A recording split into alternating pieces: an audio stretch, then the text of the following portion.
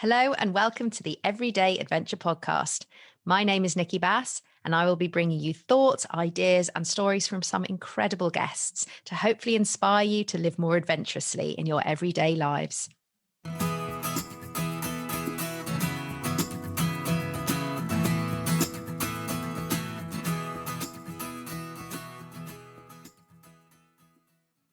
So today I am thrilled to welcome Catie Friend to the show. Catie is a fellow podcaster and host of the brilliantly named Chatting to a Friend podcast, where she speaks to incredible women about their lives and experiences and adventures. She's also a presenter and sports commentator, mum of two, and also has some pretty impressive adventure credentials of her own, having competed in the 2018 Patrouille des Glaciers from Zermatt to Verbier, the Half Marathon Des Sables, and with the full Marathon des Sables lined up and firmly in her sights for 2022. So I was really excited that Catie agreed to join me on the show, because I think there's something about when you're a podcaster speaking to other people, it's amazing to be inspired by their adventures. But I think, you know, sometimes it's nice to be able to sort of share what you've done and your own sort of thoughts and learnings from those experiences too. And Catie lives out in Verbier in Switzerland. And I have to confess to having some really mega serious envy of her life right now as I sat here in not so glamorous Hampshire. And she's currently up the mountain right now as we're recording, which is even better. So I got to have a quick snapshot of some blue sky and gorgeous white snow. And I remember it's out there. But what I really wanted to speak to about today is it's the little adventure she does as well. I'm constantly living vicariously through her Insta feed, where she goes off, ski touring for the day, sleeps overnight, fits in these sort of day-to-day, everyday adventures around her busy life in her career and as a mum. And so that's what I wanted to pick up with her today. So Catie, welcome to the show. It's so lovely to have you here. Oh, thank you. It's very, very exciting to be on the show. Thank you. So I guess the first question is really just to, have you always been someone who is adventurous? Or, is there something that you picked up later in life? Where does the inspiration behind your adventures come from? Well, I come from quite an adventurous family. I grew up in the countryside in the west coast of Scotland, and it was majority of the time just me and my brother. And when we weren't beating 12 bells out of each other, or whatever the expression is, we were required to entertain ourselves quite a lot, outside, riding horses, building dens, the usual, the kind of old cliche that you hear nowadays of, we only came home when our tummies were rumbling sort of thing. And we had woods and trees and all sorts of good stuff to play with. So yeah, and my dad is a massive mountaineer, sort of mountain adventure guy. My mum drove aid lorries, articulated lorries into Bosnia and Croatia during the war. Oh, wow. So and she's, very high level 3-day eventer on horses. So I come from quite an adventurous family. I am, however, a bit of the black sheep. I hated sport. I hated it. So I could ride a horse and I could ski, but anything that made me sweat or, be out of breath or anything like that, I mean, I hated that for most of my life. Oh, wow. So what changed then? Because obviously, you're doing some pretty extreme sporting, Marathon des Sables is not for the faint-hearted, that's for sure. I mean, was there a moment where you suddenly thought, actually, this is for me? Or was it a sort of a gradual change where you started doing more and more? How did it come about? Well, one of the reasons I was never sporty is because I was born with dislocated hips, both of them, and they didn't notice till I was walking. I had to have both legs in plaster, broken and reset and all sorts of stuff. I was in plaster for a year when I was a toddler. I don't remember anything about it, but I have some very impressive 1970s scars to prove it. And a lot of what happened was that my parents were told, they would just be very careful. And so I think they were quite overprotective of what I could and couldn't do, with no better, advice than just make sure she's not doing anything too much. So it sort of became a thing that I didn't do sport. And then I hated it. I hated it at school, as I say. And so what happened was I then married one of the sportiest men you could ever hope to meet. And when my kids were, probably babies, toddlers, I had this really sudden realization. It was quite sudden, that if I did not get off my backside and start doing stuff, that one day, very soon, they would be off doing really cool stuff with their dad. And I would be left on the sofa hearing all about it. And as I say, I already skied. So when we were living in Switzerland by this point, and I was surrounded by I still am, by amazing phenomenal sports people. You can't move in this place without bumping into an ex-world champion or a current world champion of something. And but it was actually my best friend, who was like me, a mum of two, and who had never had a sporty upbringing, who started running just for a bit of fitness, bit of, getting out the house. She was the one that inspired me, because I thought, she started running, just sort of jogging very slowly, doing the whole, I'm not really a runner thing that women do. And then suddenly she was running half marathons and she was super fit and she looked great and she felt better. And I thought, oh, hold on a minute. And that's and then it went from there. That's so interesting, isn't it? Because I think, in a way, that's sort of the premise behind, I guess, the idea for this podcast, in a way that you can be surrounded and you can, I think there are so many, especially if you follow on social media, people doing incredible things and, amazing, inspirational people. But often it's the people closest to us, or the ones that we relate to the most that have that impact that kickstarts something for us, I think. And so, I mean, what sort of challenges have you faced, I guess, trying to weave those adventures into your day-to-day life? I mean, obviously you live in a beautiful place, which I'm sure helps to come up with some inspiration. But, the same challenges, I guess, fit for, people, whether they're, wherever they're living, being parents and having careers and that sort of thing. So, I mean, what are the sort of challenges that you faced? I would say the biggest challenge has been my own head.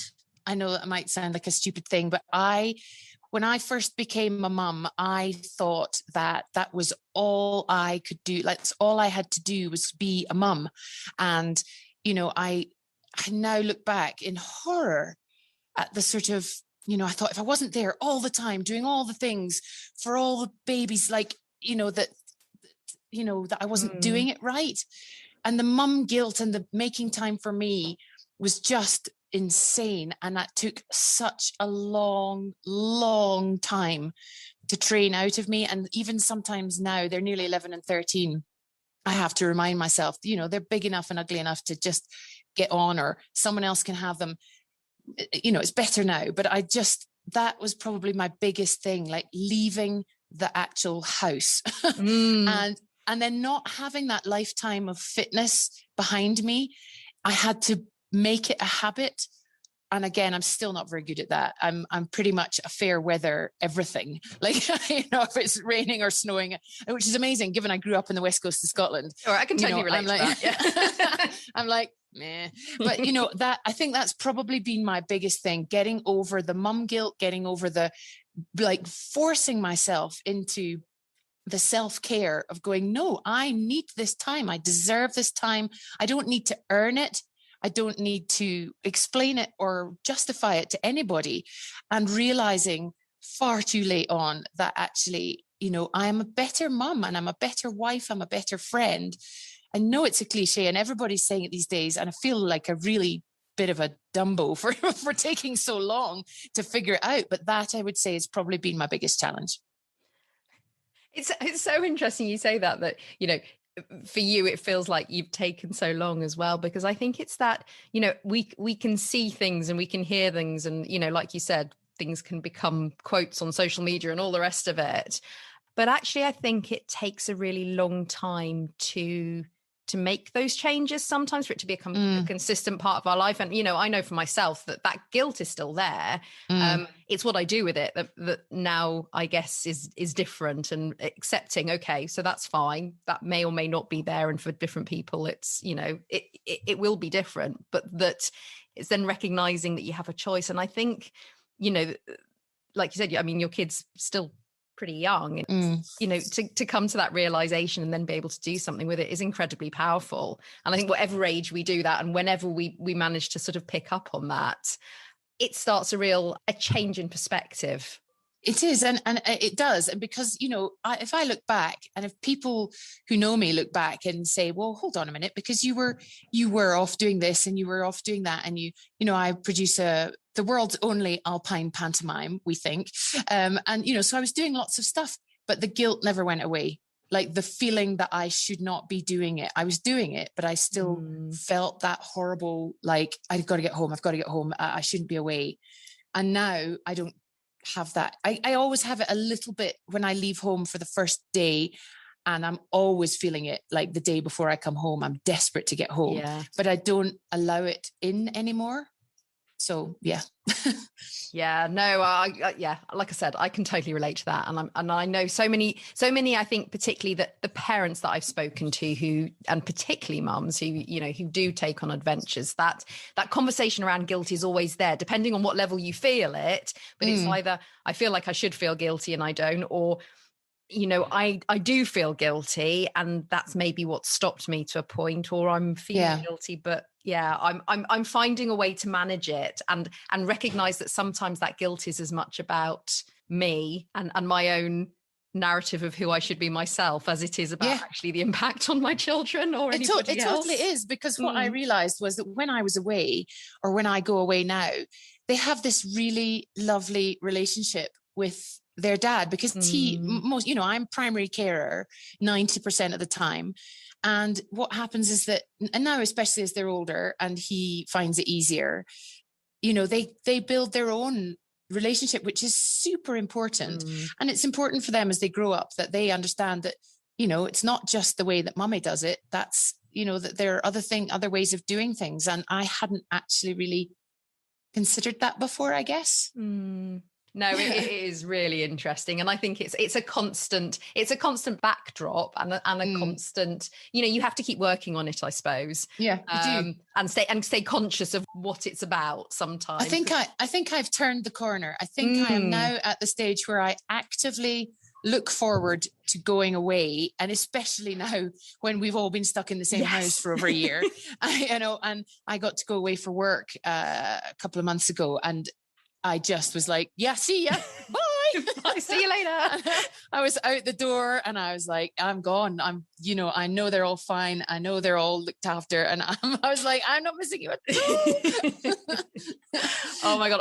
I could totally relate to that. I used to, pre-COVID, a lot of my work was away running workshops and traveling to do that. And it would often be, a night here or 2 nights there. But just like that night, even if it was just in a random hotel somewhere where I could just get my magazines out and just... Or lie there and stare at the ceiling and not have to cook dinner or do anything for anyone. Oh my gosh. Dinner. I know. The food, the constant snacks. So sort of coming to that realization and sort of actively practicing, getting out, making that time for yourself. I mean, what have been the unexpected benefits that you've experienced? Well, one of them was that when about, what are we now? Towards the middle to end of kind of autumn 2019, I had a bit of a breakdown. I had just taken that sort of doing everything all the time, upon myself just for too long. And, obviously I'm not doing everything, but it kind of felt like it a lot of the time. And I was training really hard for a bike race that summer. I gave myself tendonitis. I kind of lost it. Like, I didn't kind of lose it. I did. And I eventually had to go to the doctor and say, I don't know what to do here. I'm really lost. I was crying all the time. I couldn't sleep. I was highly anxious. I kept thinking, oh, well, if I just do this, I'll be fine. And I just wasn't fine. And I was a crap mother and a really unpleasant wife to live with. And I just was miserable. And eventually I reached out for help, and the doctor was amazing. I also spoke to a nutritionist and saw a counselor. And what I realized was that once someone said to me, or all of them, because I had this incredible team of all women, actually, not just purely by chance, not on purpose, who just said, stop doing everything all the time. you've got to look after yourself, because if you can't look after yourself, how on earth are you supposed to look after anyone else? And because I had been, by that stage, learning to loosen the apron strings and get some exercise, I knew the benefits of this. Once I kind of went, okay, right, I literally sat down and went, what are the things I don't want to do anymore? And I phoned all the people that I was helping or volunteering or working with and just said, I can't do this. I'm really sorry. I'm having this time where I just need to look after myself.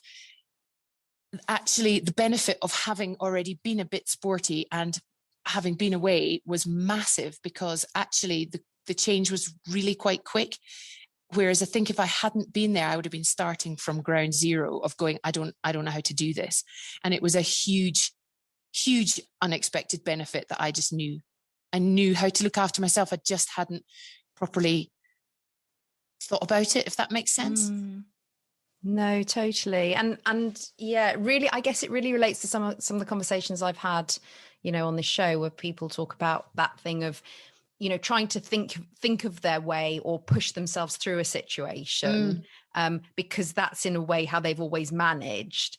And then that sudden realization, or like you said, others turning to you and going, actually, this is about not doing more. This is about stopping and having to reset those boundaries. Yeah. And in a way, how taking back that control, like in terms of, starting to do adventure sport, everything from yourself is about that boundary setting too, about going, I need that space, I need that time. And maybe that is an enabler, that once you start practicing that, okay, that I have limits, I need this space, or I need moments where, I can not be giving out to others.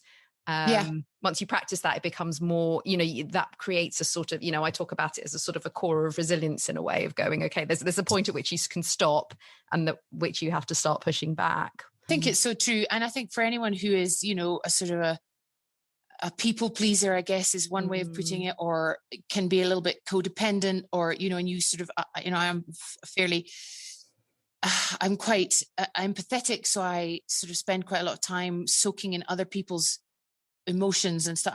And so I just basically had to, exactly as you say, I had to practice my boundaries. And that was with everyone, with the kids, with my husband, with my friends, with colleagues, everything. And it's so hard when you've not done it before, because you feel like you're this like miserable, grumpy cow, but actually you're just saying, I'm really sorry, that doesn't work for me. Oh my God, it is. It's the hardest thing. I think, like you said, again, coming back to that, it's really easy to say, oh yeah, just keep your boundaries and just practice self-care and all of these things, but actually doing it consistently and reminding yourself of that. And like you said, if you're someone who naturally does support other people and, it is there for them, can feel really, really challenging. So it's huge. It was huge. And I feel probably it's taken about 18 months, but I think the tunnel is finished. I'm out of the tunnel, and I feel so much better, and it's great. So it's amazing. And so looking forward then, because I know you've got some pretty hefty plans for 2022 coming up. I mean, why the Marathon des Sables? I know you've done the half marathon, but why that particular race? And I guess what does the sort of the lead up to that look like for you? What are the sort of things that you're focused on? Well, so one of the things that I did when I had this sort of breakdown, someone called it a reset, which I very much liked when I had it, was that I made a decision not to to be on a start line for a very long time. So that was lucky, because then 2020 happened and there weren't any. So hooray. And what I wanted to do was just, like the things you were mentioning earlier, like the ski touring and the just stuff that was fun and adventurous and kind of cool and keeping me fit for the sake of my mental health and my physical well-being and everything. So I was really happy just doing that sort of for fun, which I'd never really done since I started taking up sport. I was like, I got to do big stuff. And then, because then I'll be motivated and then I'll be ready. And this is the first time I've actually gone, I'm just doing it because it's fun and it's good for me.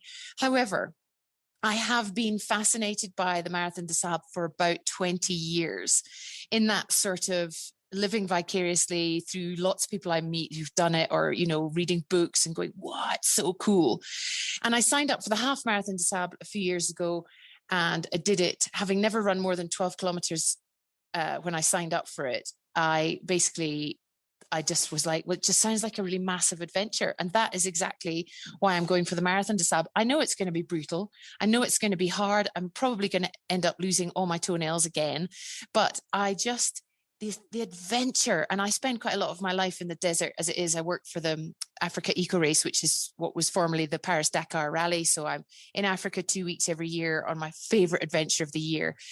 And I just thought, if I don't go now, I'm nearing 50, and I know people do it a lot older than that, but yeah, I just thought, I'm just gonna in for a penny, I'm gonna do it. And then I've done it, and so I'm putting myself under a bit of pressure, but I feel mentally more capable of that now. And I'm getting a coach, which means I just need to do as I'm told, which is brilliant. I don't need to make it up. I don't need to be stressing. I just need to, get out and do it. So yeah, I'm starting training soon, actually. Half marathons in September. And I've just spent the winter having fun, cross-country skiing, bit of running, bit of skinning, bit of skiing, bit of strength and conditioning. So I'm reasonably in shape, as in I'm active fit. I'm not like race fit, but I'm in a good place to start. Amazing. I think I love that point you made about, a reset in a way, and that sometimes rolling back from, like you said, signing up for things or putting yourself on the start line, and that constant buzz actually gives you a place at which you can recharge and then get back to that place if that's what you choose to do. I always know, if I ever do, and I'm not a massive race it's not like I do loads of things, but I know when I finish, even if it's a 10K or a 5K, my temptation as soon as I finish, go, oh, that was brilliant. You're riding high and signing up for the next thing. And then going, why did I do that? I'm now starting to hurt. That was a really bad idea. And I guess, that's something I'm having to learn to do more, is go, okay, just give yourself a few days before, signing up for the bigger and better, and just, wait and see, and then being selective about what it is you really want to go for. But yeah, no, it does sound, it'll be such an incredible adventure. And like you said, if it's in an environment that you've, that you love and that that you've wanted to do, that's such a motivator too.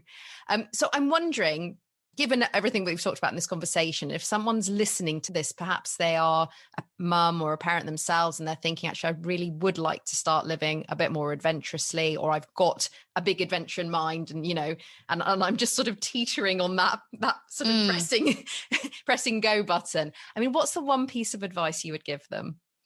Well, I always like to say, dream big if you want, but start small if you have to.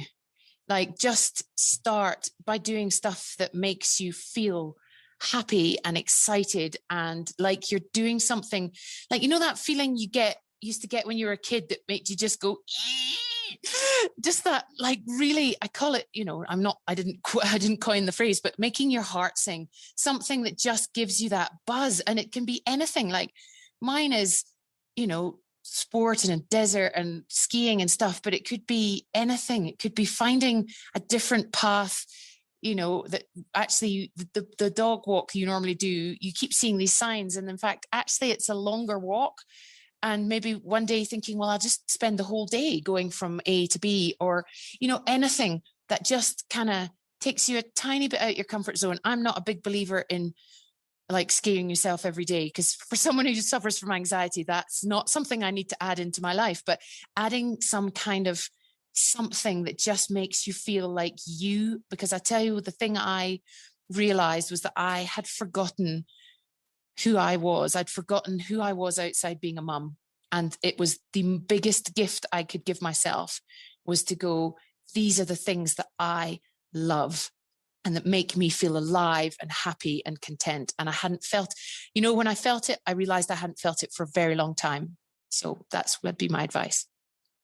That's incredible. And that's such, I love that point about finding something that makes you feel alive, because I think that's so much part of it. It's that bit that not only keeps other people going around you, but also, brings you to life and feels like you're not just facilitating other people's fun and all the things and all the opportunities for them, that actually you're giving some of that to yourself.